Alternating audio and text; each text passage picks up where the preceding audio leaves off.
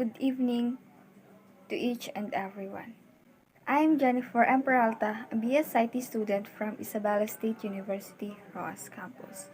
Today, I will explain on how the various philosophers conceptualized or understand the formation of self by the said five philosophers named Socrates, Plato, Saint Augustine, Saint Thomas, and René Descartes.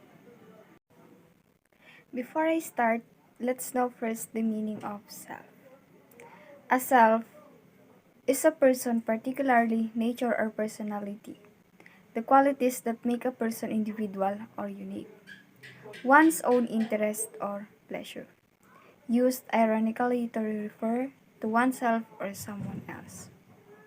Now, let's talk about the first philosopher, named Socrates. Socrates is at once the most exemplary and the strangest of the Greek philosophers.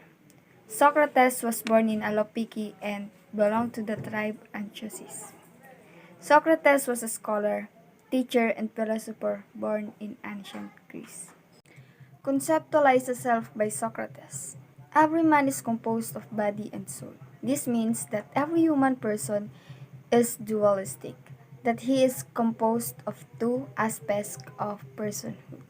For Socrates, this means all individuals have an impermanent aspect to him, and the body, while maintaining that there is also a soul that is perfect and permanent. To Socrates, and this has become his lifelong mission, the true task of a philosopher is to know one's true self, and the one's true self is to be true to yourself because a oneself is only our soul. So now let's talk about Plato. Plato was an Athenian philosopher during the classical period in ancient Greece. Founder of the Platonist school of thought and academy,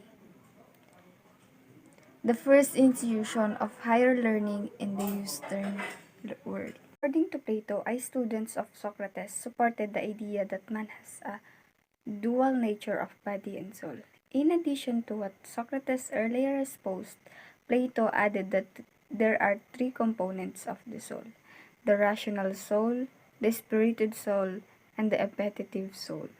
And now, I will explain the three components of soul. Rational soul is the forged by reason and intellect to govern the affairs of the human person, or what we call our brain.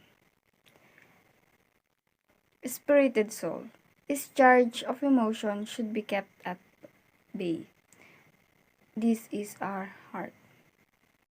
Appetitive soul, in charge of base desires like eating, drinking, sleeping, and having sex, are controlled as well. Saint Augustine. Saint Augustine of Hippo, also known as Saint Augustine, was a theologian philosopher and the bishop of Hippo Regius in Nubia, Roman North Africa. He was born in Tagaste in Roman Africa. According to Saint Augustine, a medieval philosophy, the body is bound to die on earth, and the soul is to anticipate living eternally in a realm of spiritual bliss in communion with God. Saint Thomas was an Italian Dominician friar philosopher, Catholic priest and doctor of the Church, an immensely influential philosopher, theologian, and jurist in the tradition of scholasticism. He is also known within the latter as the Doctor Angelicus and the Doctor Communis. Was born in Roccasecca, Italy. According to Thomas Aquinas, the most eminent 30th century scholar and stalwart of the medieval philosophy, said that indeed man is composed of two parts, a matter and form.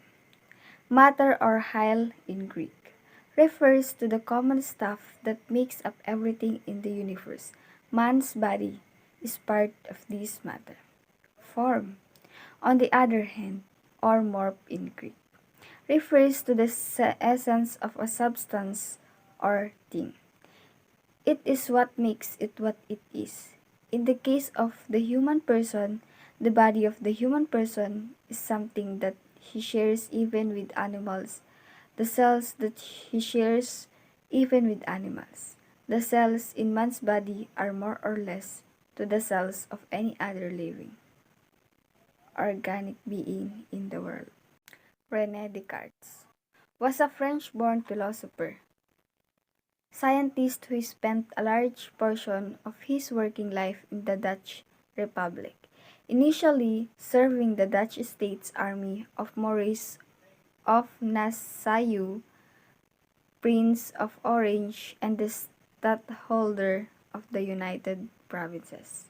Was a creative mathematician of the first order. Has been heralded as the first or the father modern philosopher. René Descartes conceived of the human person as having a body and a mind. Descartes thought the only thing that one cannot doubt is the existence of the self. For even if one doubts oneself, a thing that thinks are therefore that cannot be doubted.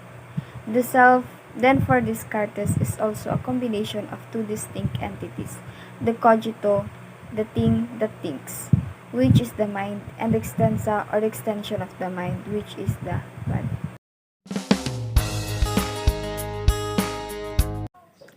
So now, I will discuss how the self is formed in a sociological perspective. From a classical sociological perspective, the self is a relatively stable set of perceptions of who we are in relation to ourselves, others, and the social systems. The self is socially constructed in the sense that it is shaped through interaction with other people. So now, I will elaborate how culture affects the formation of self-identity. Cultural identity is the identity of belonging to a group. Cultural identity is essentially how we as individuals cater to all positions of our lives. We may be teachers, students, friends, bosses, employees, etc. How we act and how our schemas contribute to our position are the building blocks of our overall cultural identity.